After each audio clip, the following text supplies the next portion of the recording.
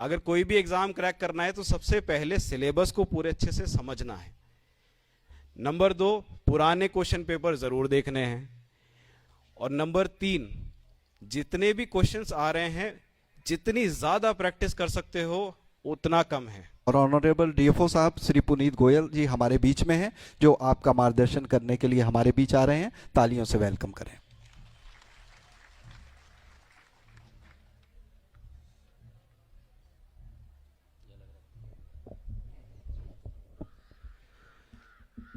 सभी को मेरा नमस्कार। आप लोग मेरे ख्याल में काफी देर से सुन रहे हैं सभी अलग अलग स्ट्रीम्स के लोगों को। आपने सीएस को सुना, लीगल प्रोफेशन के बारे में सुना, एसडीएम को सुना, तो काफी कुछ आप लोगों ने नए नए प्रोफेशंस के बारे में आज सीखा होगा। सबसे पहले मैं मेरे बारे में थोड़ा सा बता देता हूं। मैं पुनीत गोयल हूं, मैं राजस्थान से आया हूं और मैंने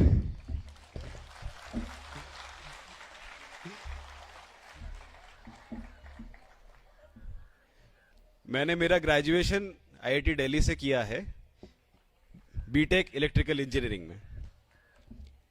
और उसके बाद मैं अभी आईएफएस हूं, इंडियन फॉरेस्ट सर्विस में हूं, यूपीएससी क्वालिफाई करके।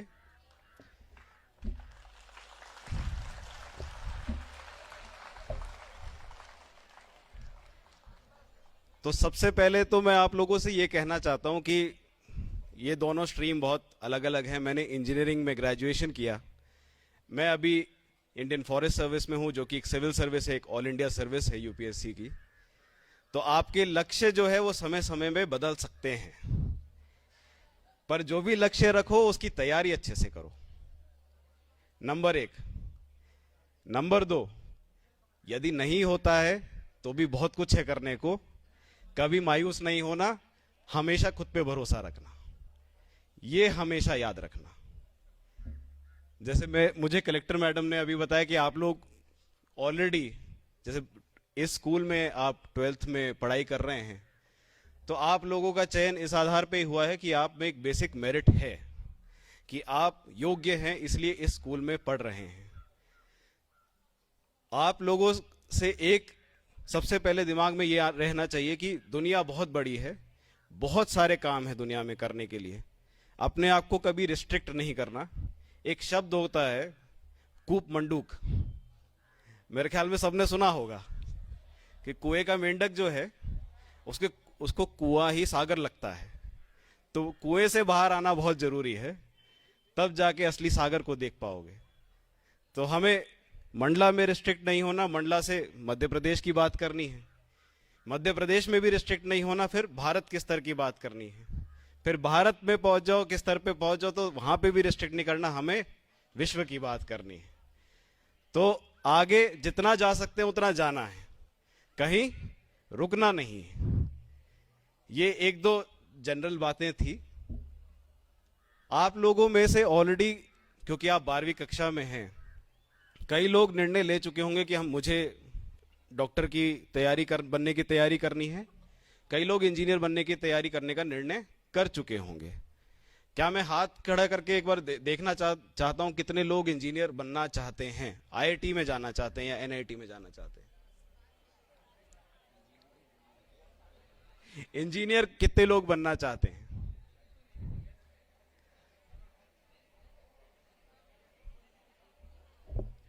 अगर इंजीनियर बनने के लिए हम हाथ नहीं खड़ा कर पाएंगे तो बनेंगे कैसे? चलो, सबसे पहला ये है कि अगर इंजीनियर बनना है तो हमको एम करना है हाईएस्ट क्या है एम? आईआईटी। हमारा एम, लक्ष्य जो है वो आईआईटी होना चाहिए। अब आईआईटी के लिए आप कैसे तैयारी करेंगे? सबसे पहला है 12th का बोर्ड। 12th के बोर्ड में आपके पास मैथमेटिक्स, केमिस्ट्री, फिजिक्स, ये सब्जेक्ट्स होने जरूरी हैं। दूसरा, आपका सीबीएसई में 75% आना जरूरी है। तो ये नहीं कि कई बार होता है कि हम 12th के बोर्ड के एग्जाम को छोड़ देते हैं कि कॉम्पिटिटिव की ही तैयारी कर रहे हैं। पता चला उसमें ही मार्क्स नहीं आए और हम क्वालिफाई ही नहीं कर पाए। तो 12th के बोर्ड पे विशेष ध्यान देना है, उसमें एक अच्छी परसेंटेज आना बहुत ज़रूरी है। फिर उसके बाद जेई मेन होता है, जेई मेंस के लिए आपको क्वालिफाई करना है, फिर वहाँ से आप जेई एडवांस दे पाते हैं। जेई मेंस के थ्रू आप एनआईटीज़ में भी एडमिशन ले सकते हैं। अगर एडवांस में लेट्स से आप नहीं कर पाते हैं क्वालिफाई, तो भी मेंस के थ्रू आप एनआईटीज़ में जा सकते हैं। एनआईटीज़ भी बहुत अच्छे इंस्टीट्यूट्स हैं, वहाँ से भी लोग बहुत आगे बढ़ पाते हैं। और अगर आप एडवांस तक पहुँच जाए और आईआईटी में पहुँच जाए तो फिर कोई बात ही नहीं। तो आप आईआईटीज़ भी, और उसमें एडवांस जो है वो 7 आईआईटीज़ है पुराने, वो कंडक्ट कराते हैं। आईआईटी दिल्ली, बॉम्बे, रुड़की, खड़गपुर, कानपुर, ये सब कराते हैं। तो ये टॉप इंस्टीट्यूट्स में आते हैं कंट्री में, और यहाँ जो सबसे मेधावी लोग हैं वो पहुँचते हैं। तो आपको एक अच्छा ग्रुप मिलता है कि आप जैसे गूगल यूज़ करते हो, फेसबुक यूज़ करते हो, इन सब में आपके दोस्त काम कर रहे होंगे। जैसे मेरे दोस्त इन कंपनीज में काम कर रहे हैं, तो आप उस लेवल के आपके दोस्त रहेंगे और आप भी उस लेवल के बनने की कोशिश करेंगे और बनेंगे भी। ये तो हो गया आईआईटी में पहुंचने का सफर। जैसा एसडीएम साहब ने अभी बताया था कि अगर कोई भी एग्जाम क्रैक करना है तो सबसे पहले सिलेबस को पूरे अच्छे से समझना है। नंबर 2, पुराने क्वेश्चन पेपर जरूर देखने हैं। और नंबर 3, जितने भी क्वेश्चंस आ रहे हैं, जितनी ज्यादा प्रैक्टिस कर सकते हो उतना कम है। आप प्रैक्टिस बहुत करिए, क्वेश्चंस बहुत सॉल्व कीजिए। पढ़ाई अपनी जगह है, क्वेश्चंस को सॉल्व करना एक अपनी जगह है। आप भले ही पढ़ते रहें, भले ही याद करते रहें, लेकिन अगर आप क्वेश्चंस को सॉल्व नहीं करेंगे तो आपके कंसेप्ट्स क्लियर नहीं हो पाएंगे। कंसेप्ट्स क्लियर करना बहुत जरूरी है। इसके बाद लेट्स से आप आईआईटी या एनआईटी या किसी इंजीनियरिंग कॉलेज में पहुंचते हैं। आप इंजीनियरिंग करने के बाद आप बहुत कुछ कर सकते हैं। आप इंजीनियरिंग में आप कोर जॉब्स में जा सकते हैं। आप सिविल इंजीनियर बन गए या इलेक्ट्रिकल इंजीनियर बन गए तो आप गवर्नमेंट सर्विस में भी जा सकते हैं, या फिर आप जो पीएसयूज हैं उनमें भी जा सकते हैं। तो ये तो होती है कोर इंजीनियरिंग जॉब्स। इसके अलावा बहुत सारी आईटी जॉब्स होती हैं कंप्यूटर साइंस से संबंधित।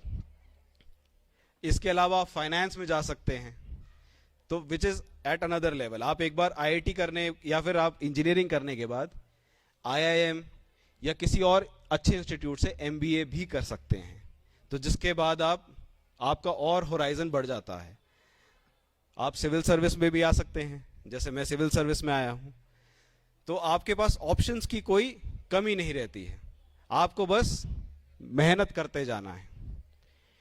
Now let me talk about Indian forest service.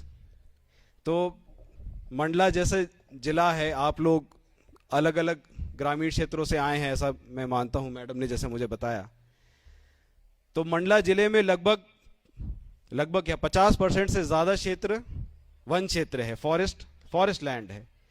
तो जो भी इंडियन फॉरेस्ट सर्विस या फॉरेस्ट डिपार्टमेंट में, जैसे रेंजर मैडम भी आई हैं यहाँ पे, सब लोग ये जो लैंड है हमारी फॉरेस्ट लैंड है, उसकी सुरक्षा, उसमें उसको कैसे बेहतर करना है, और जो लोग उस पर डिपेंडेंट है उनकी कैसे मदद करनी है, ये 3 चीज़ों पे हमारा मेन काम रहता है, जो कि मध्य प्रदेश जैसे राज्य में और मंडला जैसे जिले में बहुत ही बड़ा काम हो जाता है। तो ये यूनिक काम है। आप आगे की जनरेशन्स के लिए काम कर रहे हो, आप नेचर के लिए काम कर रहे हो, जिसके एक अपने फायदे हैं।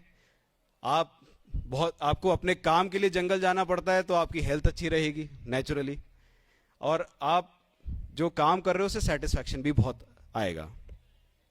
तो जैसे एसडीएम साहब ने आपको बताया था कि यूपीएससी क्वालिफाई करना पड़ता है, यूनियन पब्लिक सर्विस कमीशन एक एग्जाम कंडक्ट कराता है, वो क्वालिफाई करना पड़ता है ऑल इंडिया लेवल पे।